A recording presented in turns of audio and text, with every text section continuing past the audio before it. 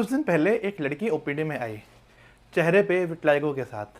आते ही उसने कहा, डॉक्टर मुझे पता है इसका कोई ट्रीटमेंट नहीं है। तो मैंने उसे समझाया, नहीं ऐसा नहीं है, अब विटलाइगो के बहुत सारे ट्रीटमेंट अवेलेबल हैं। अच्छी बात ये थी कि उसका निशान चेहरे पे था, जहाँ पे यूजुअली अच्छे रिजल्ट आ जाते हैं। लेकिन सारे विटलाइगो एक जैसा रिस्पॉन्ड नहीं करते, कुछ जल्दी ठीक होते हैं, कुछ में ज़्यादा समय लगता है। और आज हम समझेंगे क्यों। विटलिगो एक जैसे नहीं होते, कुछ में जल्दी रिजल्ट आ जाता है, कुछ में थोड़ी कठिनाइयाँ होती हैं। सबसे पहले एक छोटा सा रिवीजन। विटलिगो एक ऑटोइम्यून कंडीशन है जिसमें हमारी जो इम्यूनिटी है वो हमारे शरीर की रंग बनाने वाले कोशिकाओं यानी कि मेलानोसाइट को डिस्ट्रॉय करने लगती है, जिसकी वजह से हमें वाइट पैचेस मिलते हैं। अगर आपको डिटेल में समझना है तो मैंने एक और वीडियो बना रखा है जिसकी लिंक आपको डिस्क्रिप्शन में मिल जाएगी। इस वीडियो में हमारा मेन फोकस होगा कि ट्रीटमेंट ऑप्शंस क्या क्या अवेलेबल हैं और कैसे डिसाइड होता है, क्या क्लोज होते हैं कि कौन सा विटलाइगो थोड़ा जल्दी ठीक हो जाएगा और कौन सा ठीक करने में ज़्यादा। तो सबसे पहले बात करते हैं उन विटलिगो की जिनमें रिस्पांस अच्छा आता है। पहला, अगर आप विटलाइगो चेहरे पे, पेट पे या पीठ पे है, बेसिकली जहाँ पे हेयर फॉलिकल ज़्यादा होते हैं, तो यहाँ पर रिस्पांस अच्छा आता है। ऐसा इसलिए है क्योंकि जो हमारे कलर वाले मेलानोसाइट्स होते हैं वो हेयर में काफ़ी कंसंट्रेशन में मौजूद होते हैं और उन्हीं से मेलानोसाइट निकल के स्किन में फैलते हैं, जिससे रिजल्ट अच्छा आ जाता है। दूसरा है कि अगर विटलिगो रिसेंटली स्टार्ट हुआ है, नया है, तो उसमें रिजल्ट आने की संभावना ज़्यादा होती है एज कम्पेयर टू विटलिगो जो लंबे टाइम से है। तीसरा, अगर जो विटलिगो का पैच है उसमें जो हेयर्स हैं वो अभी भी ब्लैक हैं, तो उनमें भी रिस्पॉन्स अच्छा आता है, क्योंकि इसका मतलब ये है कि वहाँ का पिगमेंट पूरा नहीं गया है और जो ट्रीटमेंट करते हैं तो वापस रिकवरी अच्छी हो जाती है। अक्सर ये भी देखा गया है कि बच्चों में रिस्पॉन्स ज़्यादा अच्छा आता है एडल्ट से कंपेयर में। इम्पॉर्टेंट बात यह है कि जनरल ट्रेंड है, बट कई बार ऐसा भी देखा है हमने कि कुछ विटलिगो जो हमें लग रहा था मुश्किल होंगे उनमें अच्छा रिस्पॉन्स आ जाता है, और कुछ में कभी लग रहा होता है आसानी से ठीक हो जाएगा लेकिन समय लगता है। क्योंकि अब सबका शरीर अलग होता है, सबकी बॉडी अलग होती है, इसलिए हमें दूसरों के ट्रीटमेंट रिस्पॉन्स देख के, लोगों की बिफोर आफ्टर फोटो देख के डिसाइड नहीं करना चाहिए, बल्कि अपने कंडीशन के हिसाब से बेस्ट ट्रीटमेंट करवाना चाहिए। अब सवाल आता है, ट्रीटमेंट ऑप्शंस क्या अवेलेबल हैं। आज विटलिगो के लिए हमारे पास बहुत सारे ट्रीटमेंट अवेलेबल हैं।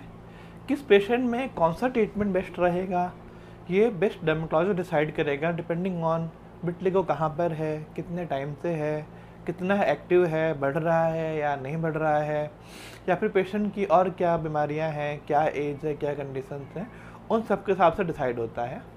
बट अगर हम आसान भाषा में समझें तो जो ट्रीटमेंट हैं उनको 4 मोटे मोटे कैटेगरीज में डिवाइड किया जा सकता है। क्रीम्स हो सकती हैं, या फिर खाने की टेबलेट्स हो सकती हैं, फोटोथेरेपी हो सकती है, या फिर सर्जरी हो सकती है। तो इन सब के बारे में हम एक एक करके बात करते हैं। सबसे पहले बात करते हैं क्रीम्स की। अगर विटलिगो शुरुआती स्टेज में है या कम एरिया में है तो अक्सर ट्रीटमेंट की शुरुआत क्रीम से की जाती है। सबसे कॉमनली ये होते हैं स्टेरॉइड क्रीम्स होते हैं, जैसे कि मोमेटासॉन, फ्लूटिकासॉन, बीटामिथासॉन। ये स्टेरॉइड क्रीम बेसिकली इम्यूनिटी को कम करते हैं, जिससे जो मेलानोसाइट थी उन्हें एक्टिव होकर वापस कलर बनाने का मौका मिलता है। जो दूसरी कैटेगरी है बहुत कॉमनली यूज होने वाली, वो है टैक्रोलेमस क्रीम, जो कि नॉन स्टेरॉइड क्रीम होती है। इनको स्पेशली फेस पे, पलकों पे या सेंसिटिव एरिया में लगाया जा सकता है। इनकी अच्छी बात यह है कि आप इनको लंबे समय तक लगा सकते हैं और इनके साइड इफ़ेक्ट काफ़ी कम होते हैं। फिर आजकल बहुत सारे नई क्रीम्स भी आई हैं, जैसे कि टोफासिटिनिब क्रीम, रक्सोलिटिनिब क्रीम।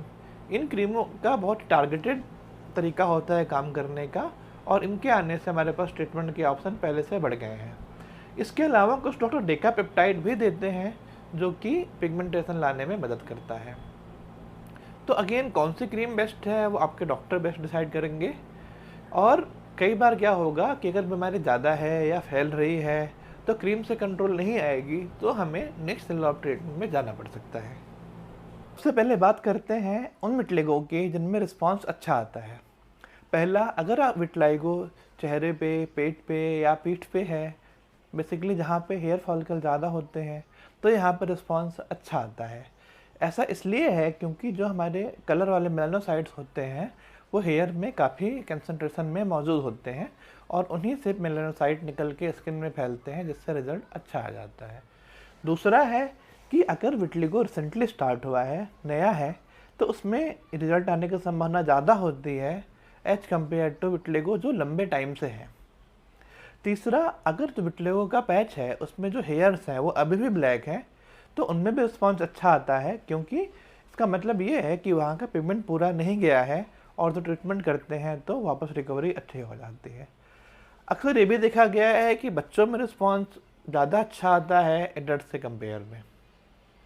इम्पॉर्टेंट बात यह है कि जनरल ट्रेंड है, बट कई बार ऐसा भी देखा है हमने कि कुछ विटलिगो जो हमें लग रहा था मुश्किल होंगे उनमें अच्छा रिस्पांस आ जाता है, और कुछ कुछ में कभी लग रहा होता है आसानी से ठीक हो जाएगा लेकिन समय लगता है, क्योंकि अब सबका शरीर अलग होता है, सबकी बॉडी अलग होती है।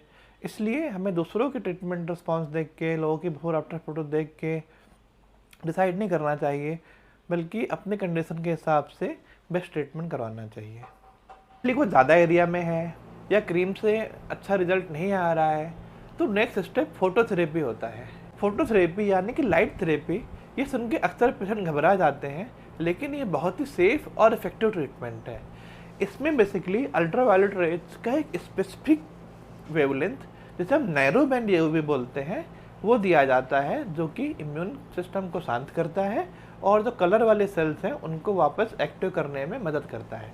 तो फोटोथेरेपी कई तरीके से दी जा सकती है। अगर निशान ज़्यादा शरीर पे है, ज़्यादा एरिया में है, तो अक्सर हम फुल बॉडी फोटोथेरेपी करते हैं, जिसके चैम्बर्स होते हैं, जिसमें कुछ मिनट के लिए रहना होता है, और अक्सर ये हफ्ते में 2 या 3 बार करी जाती है ताकि अच्छा रिस्पॉन्स आ सके।